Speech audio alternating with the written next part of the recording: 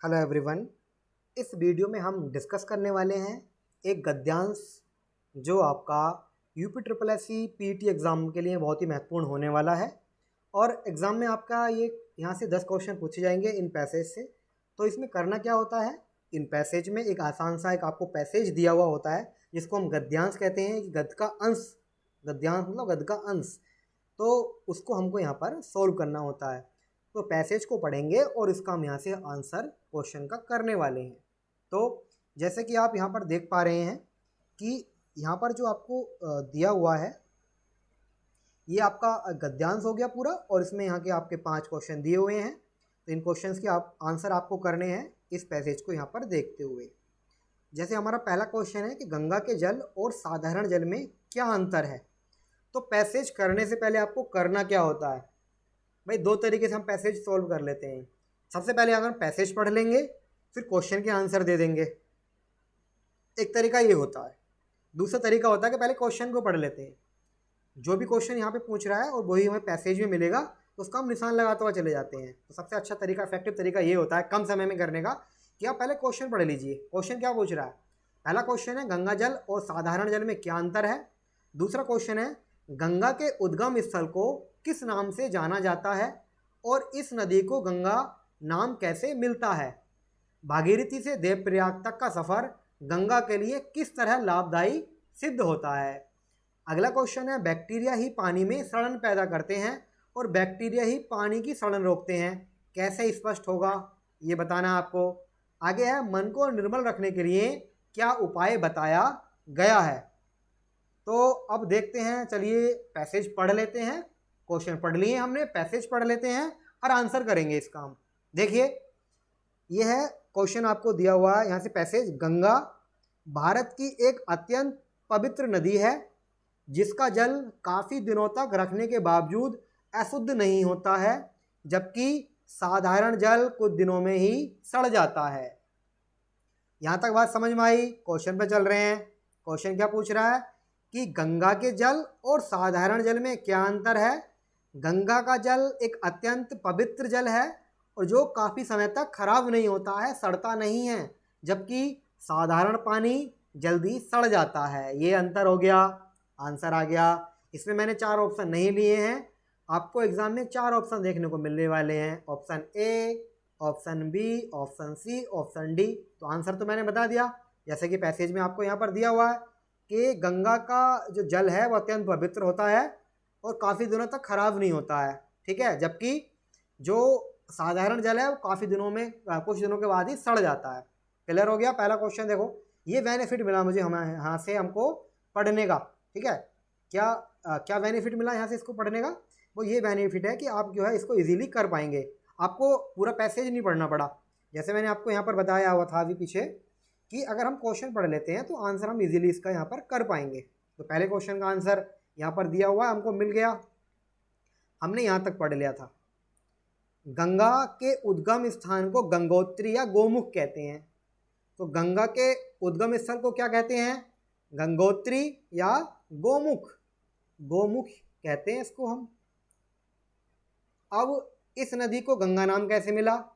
अब यह गोमुख से भागीरथी नदी निकलती है और देवप्रयाग नामक स्थान पर जाकर अलकनंदा नदी से मिलने के बाद इसको जो है गंगा के रूप में आगे दोनों जहाँ नदियाँ मिलती हैं ये देवप्रयाग में, तो वहाँ से इसको हम क्या कहते हैं, यहाँ से गंगा हो जाती है।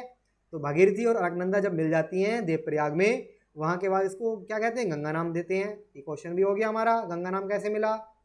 आगे है भागीरथी से देवप्रयाग तक आते आते इसमें कुछ चट्टानें घुल जाती हैं। जब बहते हुए आ रही है गंगा तो कुछ चट्टानें इसमें मिल जाती हैं, जिससे इसके जल में ऐसी क्षमता पैदा हो जाती है जो उसके पानी को सड़ने नहीं देती। अब क्वेश्चन पूछ रहा है कि भागीरथी से देवप्रयाग तक का सफ़र गंगा के लिए किस तरह लाभदायक है।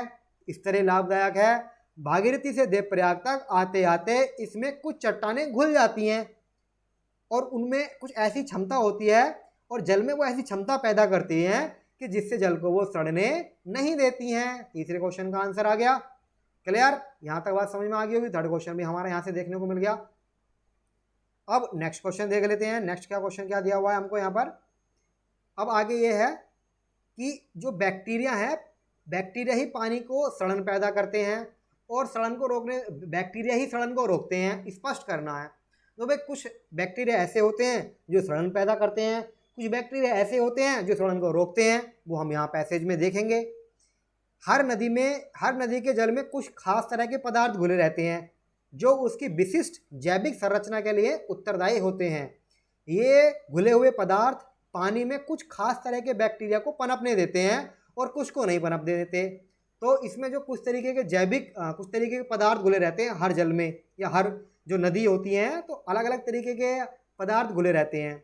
तो उसमें जो है वो अलग अलग जैविक संरचना के लिए उत्तरदायी होते हैं। कुछ सड़न रोकने के लिए होते हैं, कुछ सड़न को पनपने देते हैं। जैसे कि यहाँ पर दे रखा है कि ये घुले हुए पदार्थ पानी में कुछ खास तरीके के बैक्टीरिया को पनपने देते हैं और कुछ को नहीं देते। कुछ खास तरह के बैक्टीरिया ही पानी में सड़न के लिए उत्तरदायी होते हैं और कुछ पानी में सड़न पैदा करने वाले कीटाणुओं को रोकने में सावधायक होते हैं। तो कुछ बैक्टीरिया ऐसे होते हैं जो पानी में सड़न पैदा करते हैं और कुछ खास तरीके के बैक्टीरिया ऐसे होते हैं जो पानी की सड़न को रोकते हैं। तो इस क्वेश्चन का आंसर ये हो जाएगा। ये क्वेश्चन का आंसर भी हो गया, स्पष्ट कर दिया हमने। आगे पढ़ लेते हैं। वैज्ञानिक शोधों में पता चलता है कि गंगा के पानी में भी ऐसे बैक्टीरिया हैं जो गंगा के पानी को सड़न पैदा करने वाले कीटाणुओं को पनपने नहीं देते। इसलिए गंगा का जो जल है काफ़ी लंबे समय तक खराब नहीं होता है और पवित्र माना जाता है। क्लियर हो गया। आगे है, हमारा मन भी गंगा के पानी की तरह ही होना चाहिए, तभी वह निर्मल माना जाएगा। ठीक है। और जिस प्रकार पानी को सड़ने से रोकने के लिए उसमें बैक्टीरिया की उपस्थिति अनिवार्य है, उसी प्रकार मन के विचारों के प्रदूषण को रोकने के लिए सकारात्मक विचारों का निरंतर प्रवाह की आवश्यकता होती है। सकारात्मक विचार क्या होते हैं? हमें अच्छा सोचना चाहिए, पॉजिटिव रहना चाहिए, अच्छे विचार रखने चाहिए। ठीक है। अगर आप दूसरे के प्रति घृणा रखोगे तो उससे खुद को नुकसान होगा, तुम्हारा मन अपवित्र होगा, तुम्हारा मन क्या होगा, जो निर्मलता है उसकी खत्म हो जाएगी। क्लियर। तो मन को निर्मल रखने के लिए क्या उपाय हैं? तो उपाय क्या है कि अगर मन को निर्मल रखना है तो मन का जो विचार है उस प्रदूषण को रोकने के लिए सकारात्मक विचारों का निरंतर प्रवाह की जरूरी है। अपने मन को सकारात्मक विचार रूपी बैक्टीरिया द्वारा आप्लावित करके ही गलत विचारों को की जो प्रविष्टि है, प्रविष्टि मतलब एंट्री, प्रवेश होने से रोक सकते हैं। ठीक है। इसका आंसर ये हो गया कि अगर हम अपने सकारात्मक रहें और जो गलत विचार है अपने मन में ना आने दें, यही एक तरीका है। जब भी कोई नकारात्मक विचार उत्पन्न हो, सकारात्मक विचार के द्वारा उसे खत्म कर देना चाहिए। ठीक है। तो मैं समझता हूँ यहाँ तक आपको ये वीडियो समझ में आ गया होगा और पैसेज आपको अच्छा लगा होगा। और इस तरीके से आपके जो आने वाला जो एग्ज़ाम है, पीईटी प्री एग्ज़ाम, और इसके अलावा जहाँ भी हिंदी पूछी जाती है, जहाँ भी पैसेज पूछा जाता है, सभी के लिए ये वीडियो हेल्पफुल होने वाला है। तो अगर आप चैनल पर नए हैं तो इसको सब्सक्राइब जरूर कर लें और अगर आपके कोई भी डाउट हो कमेंट के माध्यम से ज़रूर बताएं। अपने दोस्तों को वीडियो ज़रूर शेयर करें। और इस वीडियो में इतना ही, मिलते हैं नेक्स्ट वीडियो में। Thank you.